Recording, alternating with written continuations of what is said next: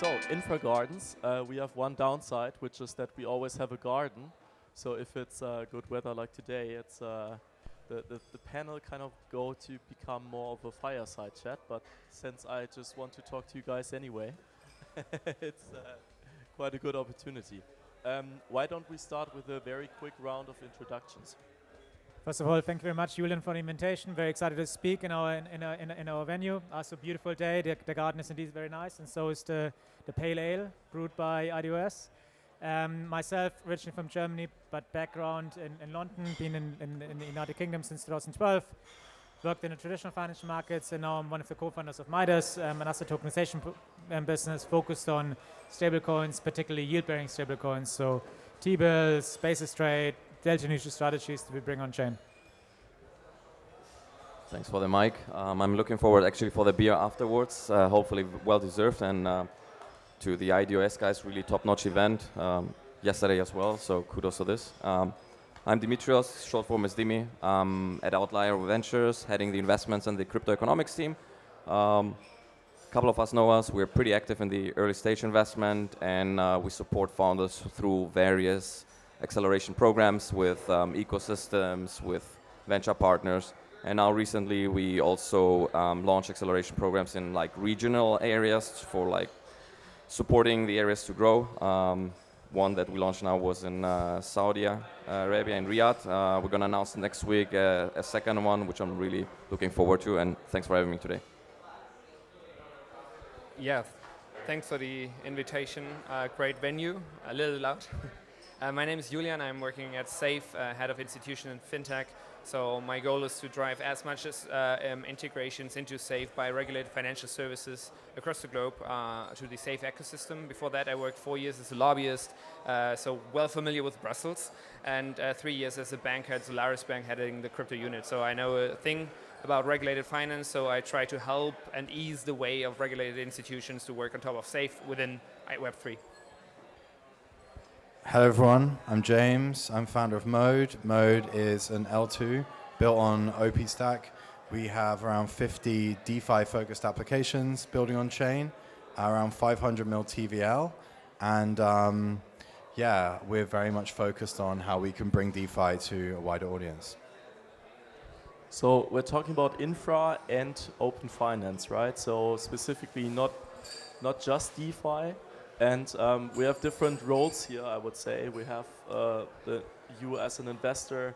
I guess the three of us provide more infrastructure services, and you're the guy that needs to tell us is what we're building actually needed.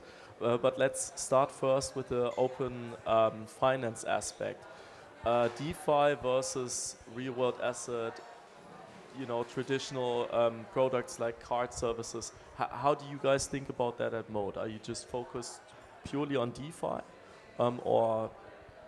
I think like for us, the goal is a few things. We want to increase, we want to build a chain that's very secure and has the highest yield, right? And we've seen yields fluctuate over the years, right? And sometimes yields on real world assets are much more secure and higher than you see in crypto. There was a point where on Aave, yield on USDC was 2% or 3%, and you had T-bills which are paying 5%. So why would you want to have that? Where would you go as a user? Now we're seeing a lot of different RWAs, products come on chain, and it gives different users with different risk profiles more variety in what they can choose.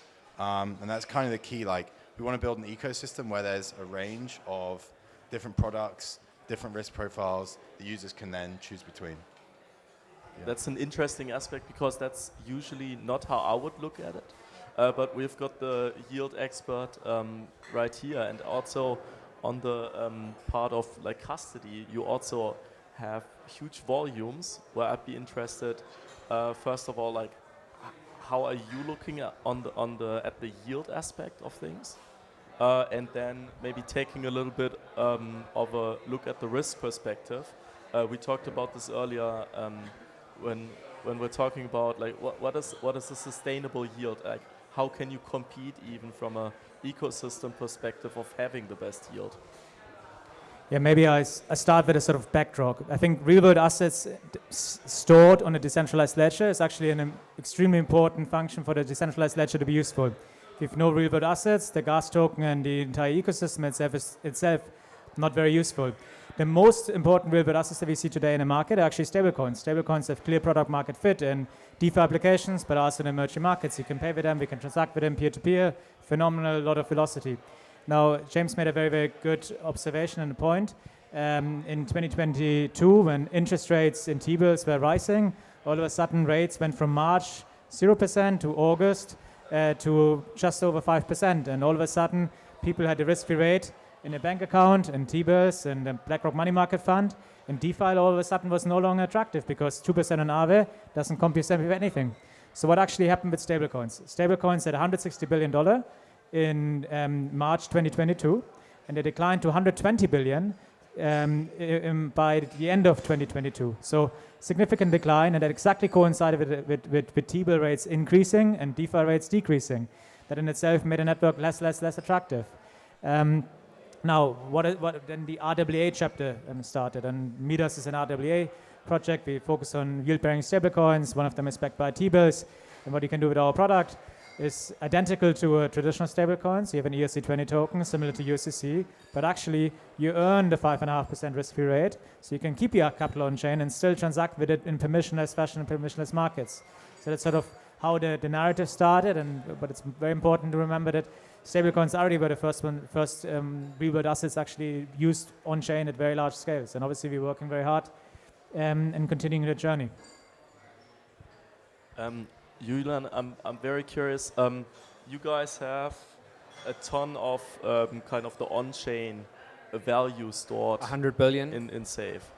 Now we just heard that kind of the interest rates are the differentiating factor in winning users over to join specifically Mode. How many users have even an interest in Safe? Do you guys know?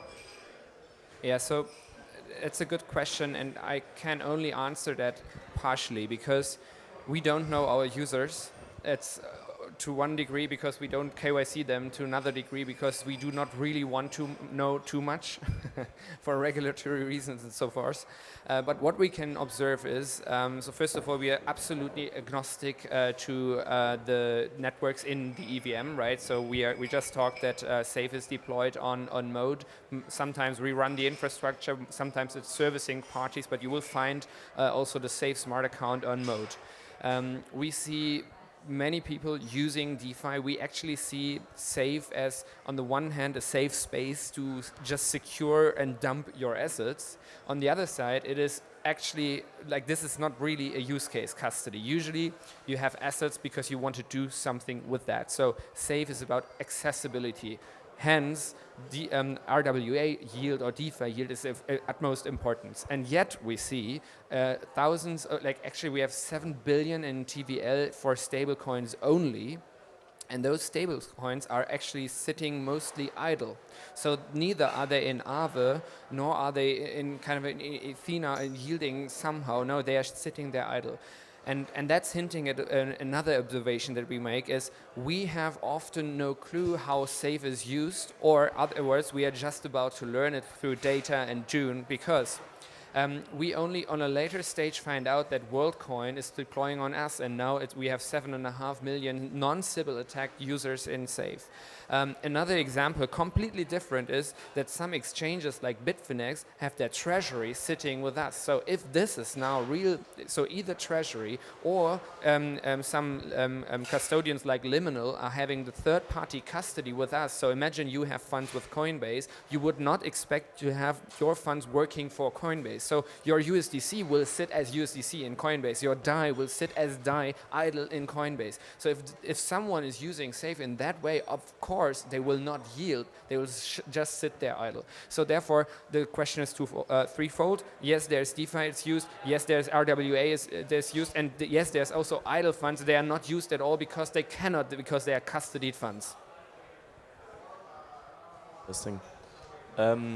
I'm wondering, I mean, it's pretty straightforward, right? You get a better yield and I just come to your place. But we all know that yield can be quite mercenary. So is that just due to the stage where we are at, that yield is just the first thing to catch a user? What do you think comes next to really bind the user to Mode specifically? So, yeah, by nature, like yield finance is pretty mercenary, and everyone is trying to optimize their on-chain strategies, right? So I think the reason why Mode grew pretty quickly is because we were very fast to integrate new assets and new applications, which would allow users to leverage and create like more complex strategies with these new like LST, LRT yield-bearing assets. So yeah, this obviously comes with a significant amount of risk, like looping an asset where you essentially lend out an asset, borrow against it, and continuously do this. It's definitely very risky, and we saw a significant amount of liquidations when Easy ETH, which is an LRT token, essentially deviated from the price of ETH. People who are leveraging that asset, lost money. But yeah, on the flip side, there's a good opportunity for people to earn much higher yields when they run these strategies. So our goal is to offer these assets which are popular on the L1 and support them across all the applications on Mode, and enable people to run custom strategies.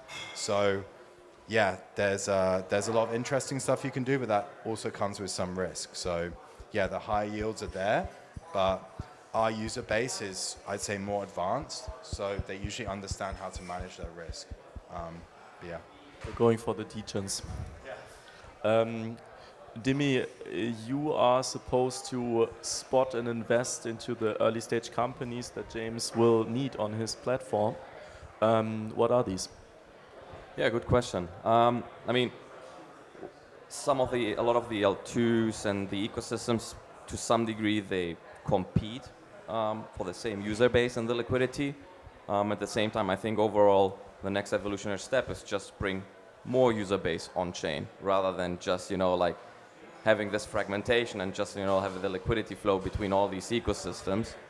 And have the ecosystems like Mode, who focuses just on DeFi and be like the liquidity layer of like the on-chain world.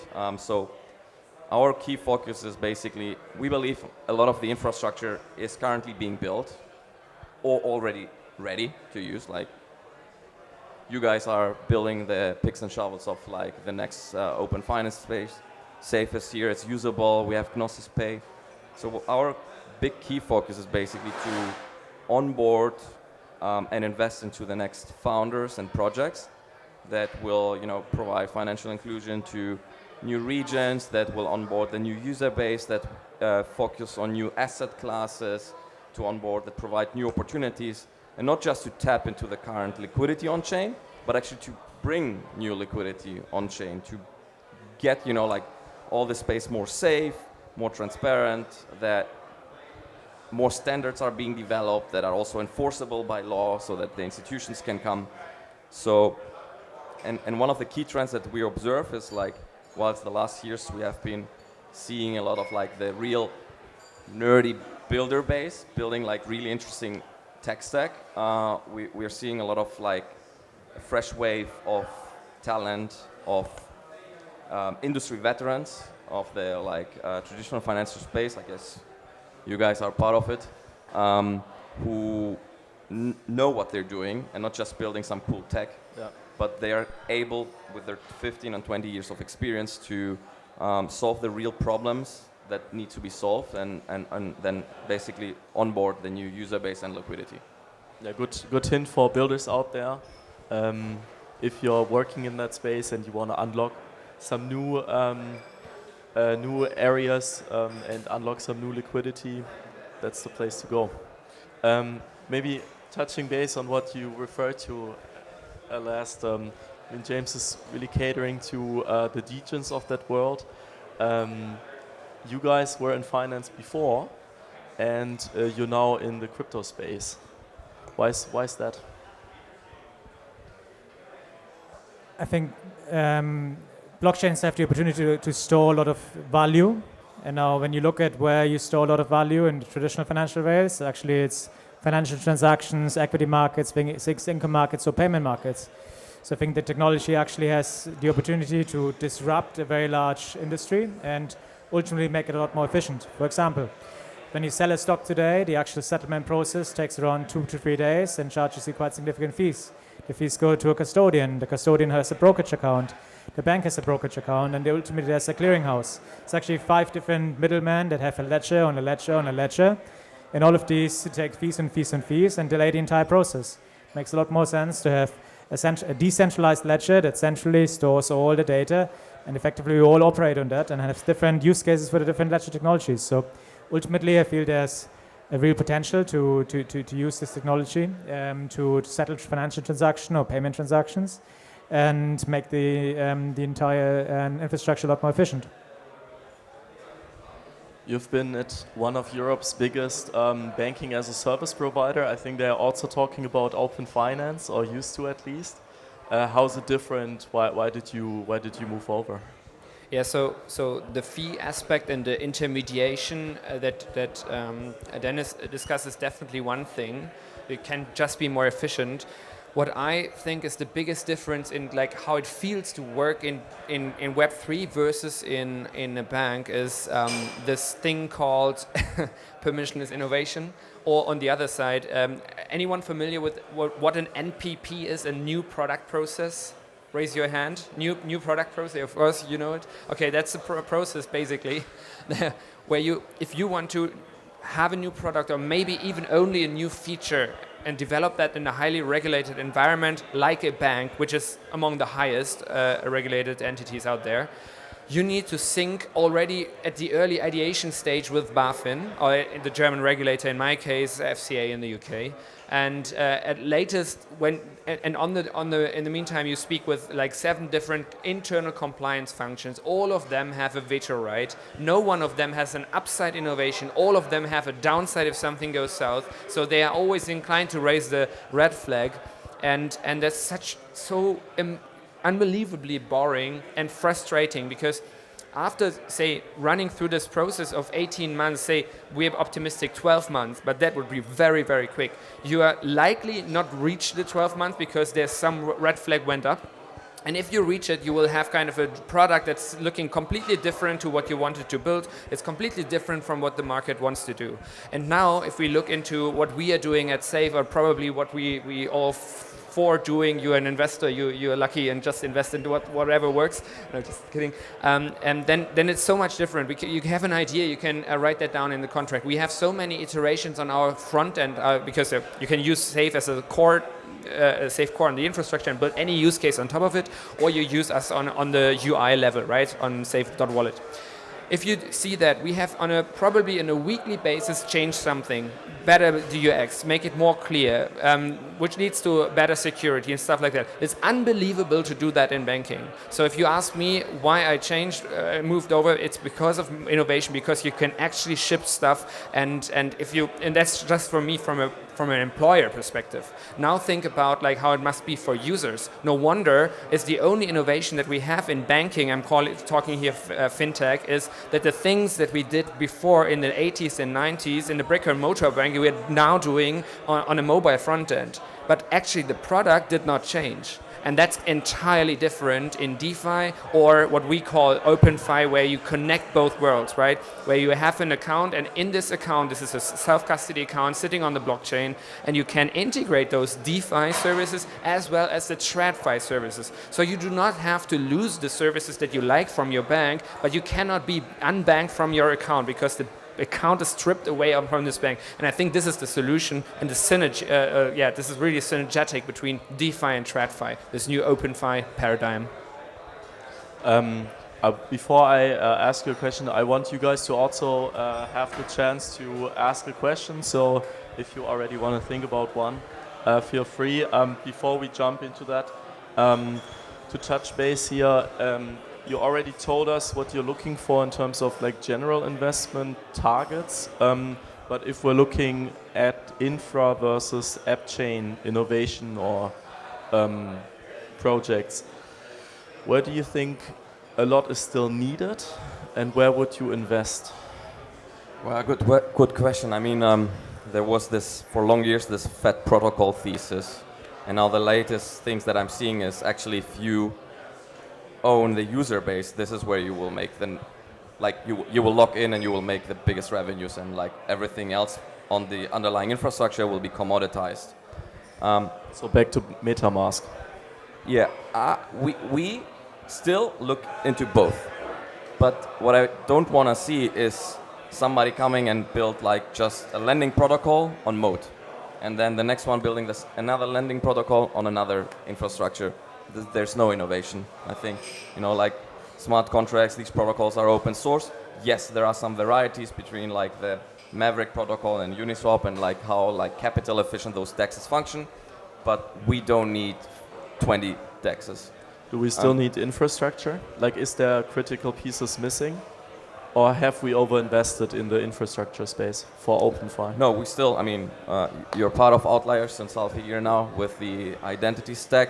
I think there are still some key infrastructure missing, especially when we talk about tokenization of assets. You have a lot of asset classes still. What's missing there in the RWA space? There are physical assets, tangible assets that are not even digitalized yet. And it doesn't have to be, we're here on a DeFi panel, but they don't have to be financialized. We're talking then about, supply chain, data economy. In the second stage, you can you can then financialize them. But there's a lot of asset classes that are not even on chain yet. So that's the one thing. The second thing, obviously, are new type of financial asset classes that we're looking into. But again, it's very broad. So when I'm looking into projects, I really look first into the founder, because there's so much areas that you can build and solve problems. But we as an investor, we're not experts in everything. For coming from Outlier, we work with a lot of mentors. We work with a lot of smart people in the space. We have a big portfolio, so we can tap into getting advice from different experts in. But we usually approach this as a founder first mindset and look into the founder. But coming back to your question, I think we have an emerging market strategy that we look into how you have financial inclusion, how you can provide microloans in South Africa, or how you can provide microloans in Latin America, or then a payment infrastructure for the freelancer market in Latin America, because it's a big market. Latin America has the biggest freelancer market. So there are niche applications that we're investing in. Now, people might be saying it's not the venture upside, because we're kind of in crypto are in this mindset, the infrastructure investments will bring the multi-billion protocols and your upside.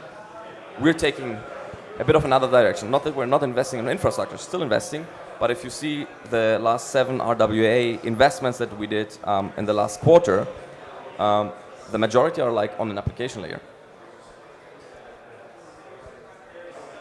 Are there any questions from the audience? Everybody's talking about RWA, so aren't you bringing off-chain assets on-chain basically? But what about the other side of the equation? How to bring users actually how to actually bring users into DeFi? How to make OpenFi really open and accessible to users? Because that's something that I think a lot of people are missing. The new crowds really benefiting of the products that are being built. This question probably applies to everyone here. Happy to give it a first shot. So when you talk about onboarding, you're absolutely right. It's not about only the assets or only the user. It's actually what we mean is the user with the assets. And that's when actually regulated financial institutions come in.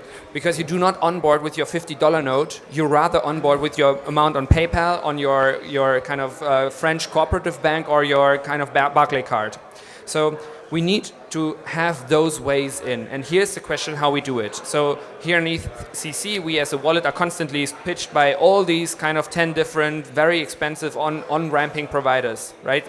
will drop names, but they today still want you to pay 150, 200, 250 basis points if you on-ramp money into MetaMask or the Safe wallet. This, of course, is already a thing of the past. And here we come to the thing, the infrastructure is there, it is not yet integrated everywhere. A prime example of how onboarding will work is, for example, Monerium, right? You send your euro via SEPA Instant Rails, UK Faster Payment, FedNow, PIX, whatever you call it in your local jurisdiction. You send the euros in, the dollars in, and you get stablecoins settled one-to-one in kind of a blink of a second, like maybe 10 seconds, 15 seconds, and you have it sitting on chain. This is already there. The problem is many wallets want to monetize on the on-ramping experience, but I think if we move over to the kind of stablecoin paradigm, then the monetization sits with the reserve and not with the on-ramping anymore. So if we make this hurdle easier, that will be one aspect. And the second aspect, I will be short, is actually OpenFi. We need to have better products than you have in TradFi. And actually that's pretty easy because the TradFi products are not good. They did not change, right? It's just like not in the brick and mortar store anymore. It is now on mobile, but it's still the same boring bank account. And with DeFi, we can have so much more interesting aspects. No idle funds anymore. Yield everywhere that you pocket and not the black box bank with the fractional reserve balance sheet. So I think those two things, easier onboarding, really cost-free, and then no idle funds and DeFi innovation in your bank account. That will be the two main drivers in the realm of financial applications, I would say. Yeah, I agree. I think, three things need to improve. So security across smart contracts needs to improve massively because there's still risks there. So we need to figure that out. And there's lots of good work being done. There's a lot of solutions which are like monitoring smart contracts so they can be alerted if there's potential malicious behavior on chain, so they can stop stuff like that. Identity protocols also help with things like that because if everyone has an identity, then maybe there's going to be less malicious actors, we'd hope. Yields need to improve or keep improving. We see like projects like Athena has, I think, 8 or 9% yield right now. It previously had 20%. This is really great, and this is like a yield rate which a lot of consumers would be happy to move on chain for because it's a huge improvement on what they're currently getting in their bank. And the last thing is better UX, better UI, better application layer stuff. Like onboarding to like a lot of new fintechs is pretty straightforward. So can we have that same really simple onboarding experience? And I'm pretty bullish on passkey. It's a really nice onboarding experience. Like account abstraction wallets as well. I think they have the UI around this and UX is really improved. So excited to see more kind of innovation there. One thing that I want to challenge though is we're talking a lot about new user base that you touched on. How many of us do really pay every day with Gnosis Pay or any either crypto credit card? You see? Isn't that already an issue? Like we're on crypto and look how many, just 3. I counted just 3. I mean, we should start with us first. We should start with us, yeah. Right. Yeah, I mean, I think DeFi and like OpenFi, it still hasn't had this like real like 0 to 1 moment. It's still like trying to find this like usability layer. Yeah. But if we are not using it, how are we going to onboard new users? That's a challenge. I think through much better applications.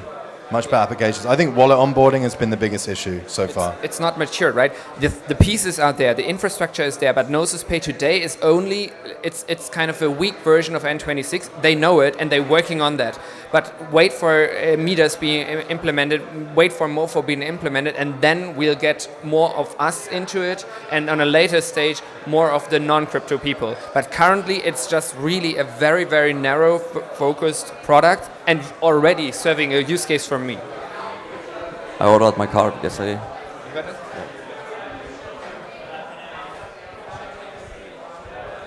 So I have several questions. I think my biggest fear with traditional finance coming into crypto is that us small guys are going to be left out. Like I don't have $1 million to invest, and are we going to become victims because as things become legalized, as things become more it falls under regulation, that there's also this fear that we will be left out.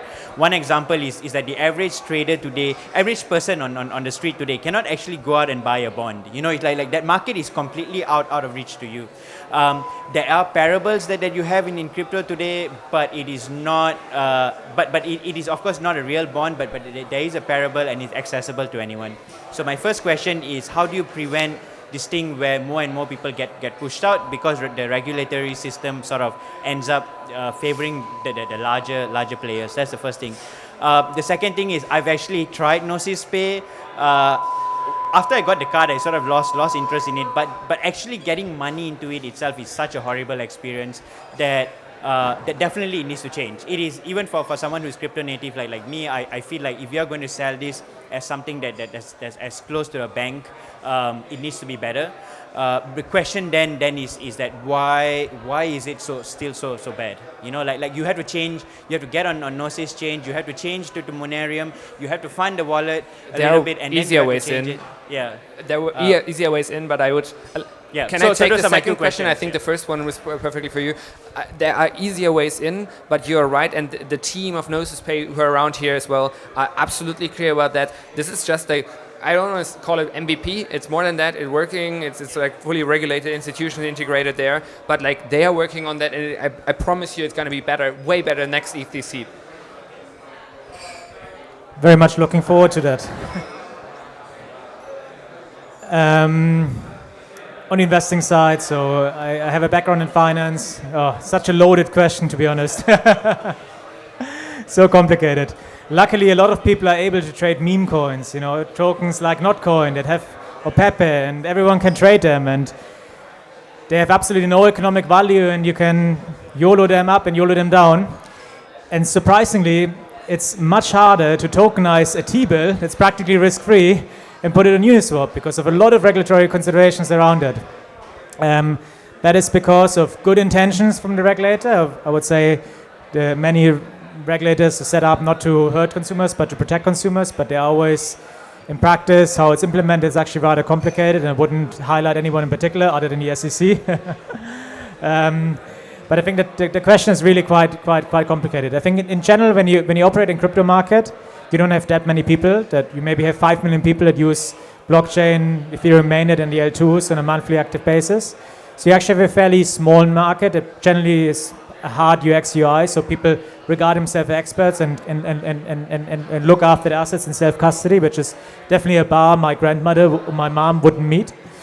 And I think for those users, it's a little bit like you should have that attitude that you should decide for yourself what's safe and what's not safe. Are you smart enough to think that Morpho is safe and smart contract risks with Aave and others, and how you think about these? But I think with an DeFi, there's an ethos of less parentalism and less hand-holding, and really just deciding for your own what you want to invest in. I think that's a very good thing.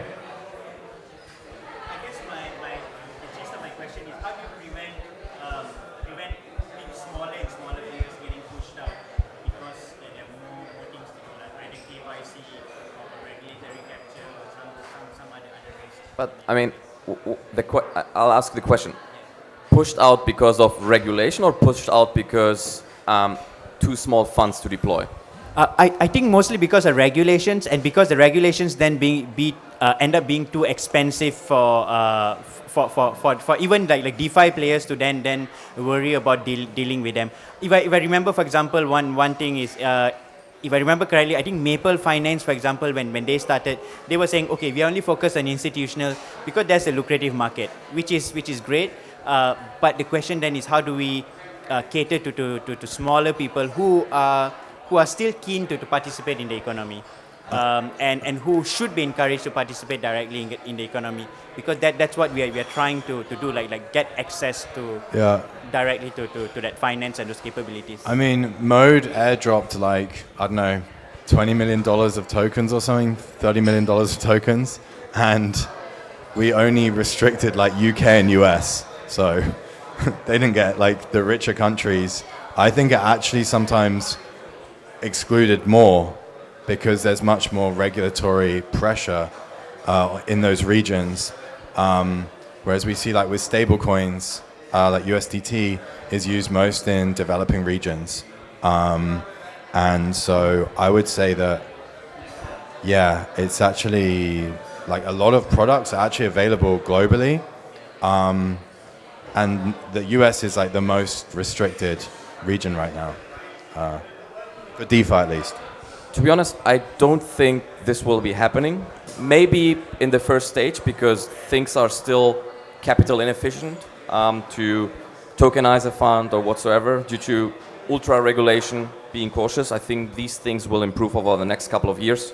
The idea why we do all this like tokenization whatsoever is to become more efficient, and in that way to allow smaller, I would say bags, that's like the degen word, but smaller capital to basically being able to invest in different asset classes, vice versa, more like on a micro basis being able to get faster loans without all these like banking thing.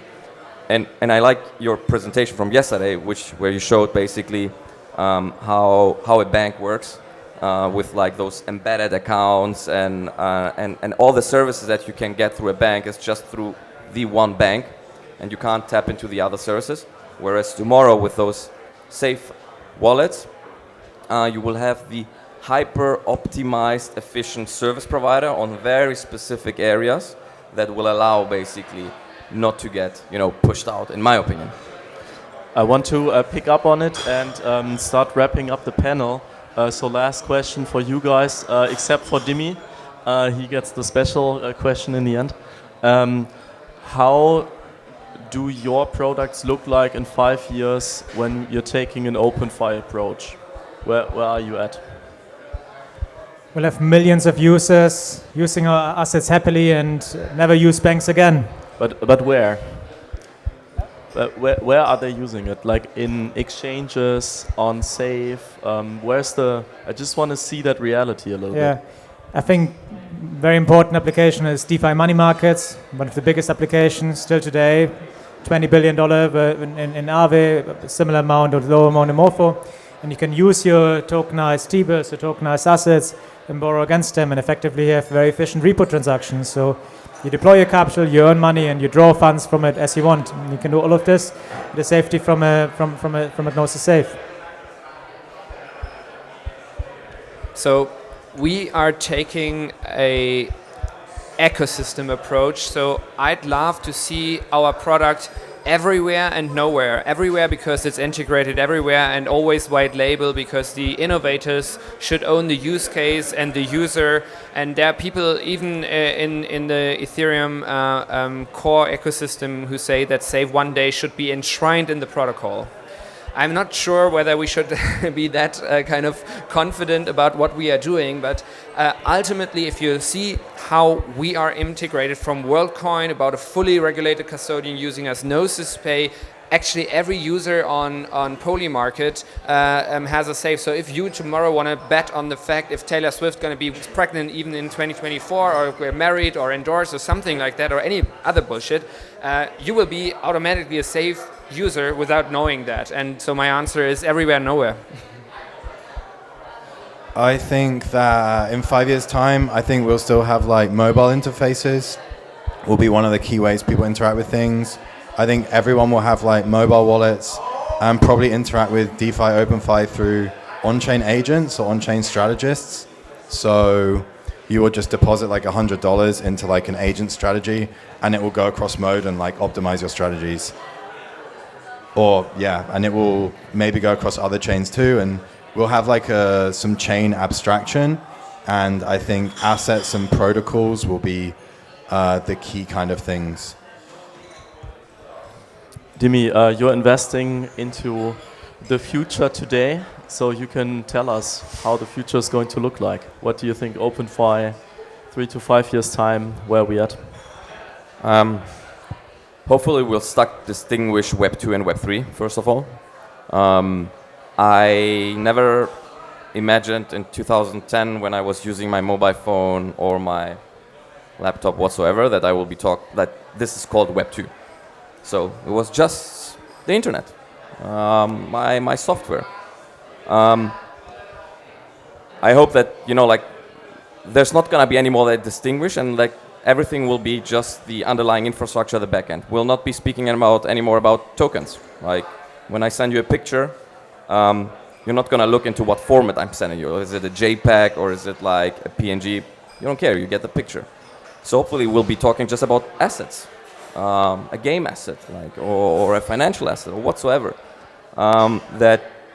So what I hope is basically that like we'll stop being this nerdy industry. Regulators coming on board, being more open, innovate with us, like the legal innovators, and onboard the next billion users. And also, like, it's not, like we talk a lot about financial inclusion, but I mean, we'll get there. It's 25% of the global are still unbanked, so I think we'll tap into this as well, but also all of us basically as well. Thank you. Thanks a lot for listening.